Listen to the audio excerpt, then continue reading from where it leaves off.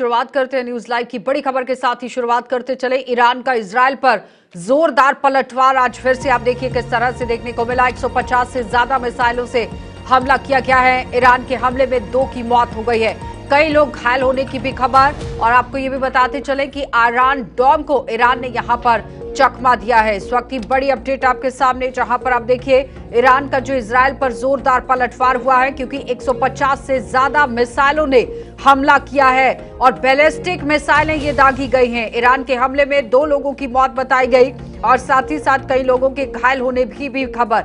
लेकिन बड़ी अपडेट आपके सामने, जहां पर देखिए किस तरह से आयरन डोम को ईरान ने चकमा दे दिया है। ईरान का इजराइल पर जोरदार ये पलटवार हुआ।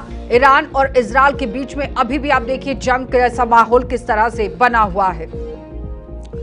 तो बड़ी अपडेट आपके सामने, जहां पर देखिए किस तरह से इजराइल और ईरान में अब जंग तेज हो गई है। तो भारत ने भी चिंता जताती है। तनाव कम करने के लिए दोनों देशों से बातचीत हुई है, क्योंकि प्रधानमंत्री नरेंद्र मोदी ने नेतन्याहू के साथ भी फोन पर बातचीत की है और पूरी तरह से स्थिति की यहाँ जानकारी हासिल की गई है। लेकिन फिलहाल ये भी बताते चले कि यहाँ जिस तरह से सोशल मीडिया पर लगातार तस्वीरें भी गश्त कर रही हैं, बातचीत और कूटनीति के जरिए समस्या का समाधान होना चाहिए, इस पर ज्यादा तौर पर जोर दिया जा रहा है। इजराइल ईरान वॉर अपडेट क्या कुछ है वो जरा आपको दिखा देते हैं। देखिए, सबसे पहले ईरान के हमले, एक इजरायली जो है उसकी मौत हो गई है। जब ईरान का हमला हुआ है उस हमले में एक इजरायली की मौत हो गई, 19 लोगों के यहाँ घायल होने की खबर।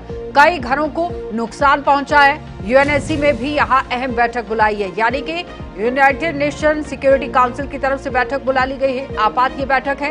ईरान के साथ खड़ा हुआ है यहाँ चीन, क्योंकि चीन की तरफ से बयानबाजी जरूर की गई है। और साथ ही साथ ईरान इजराइल जंग में अमेरिका भी अब आप देखिए शामिल हो सकता है और अमेरिका ने ईरानी मिसाइलों को भी रोका है।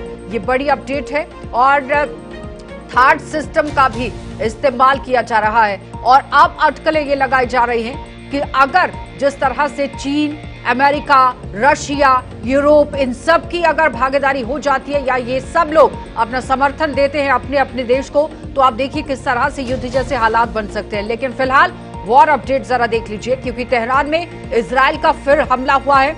ईरान के ही यहाँ इफरान शहर पर यह हमला हुआ। तेहरान में कई जगहों पर आग लग गई और इजराइल के मददगारों पर भी हमला करेगा ईरान, क्योंकि कल ही आपने देखा कि ईरान की तरफ से एक बड़ा बयान जारी किया गया कि इजराइल ने इस जंग को शुरू किया है, लेकिन ईरान इसे खत्म करेगा और एक इतिहास लिखेगा। लेकिन उसके साथ साथ कूटनीतिक तौर पर अगर देखा जाए तो आप देखिए अमेरिका और रूस, जापान भी इसके बीच में अगर कूद जाते हैं तो फिर थर्ड वर्ल्ड वॉर के हालात बन सकते हैं। ये अटकलें लग रही हैं। ईरान का F-35 को लेकर भी दावा है।